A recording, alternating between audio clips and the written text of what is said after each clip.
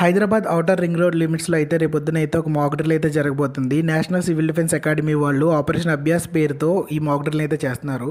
ఇది ఓన్లీ హైదరాబాద్లోనే కాదు, మొత్తం దేశవ్యాప్తంగా అయితే 244 సిటీస్లో అయితే జరుగుతుంది. ఇప్పుడున్న ఇన్ఫర్మేషన్ ప్రకారం రేపొద్దున ఓఆర్ఆర్ లిమిట్స్లో ఈవినింగ్ 4 to 4:30 మధ్యలో ఈ డ్రిల్ అయితే జరగబోతుంది.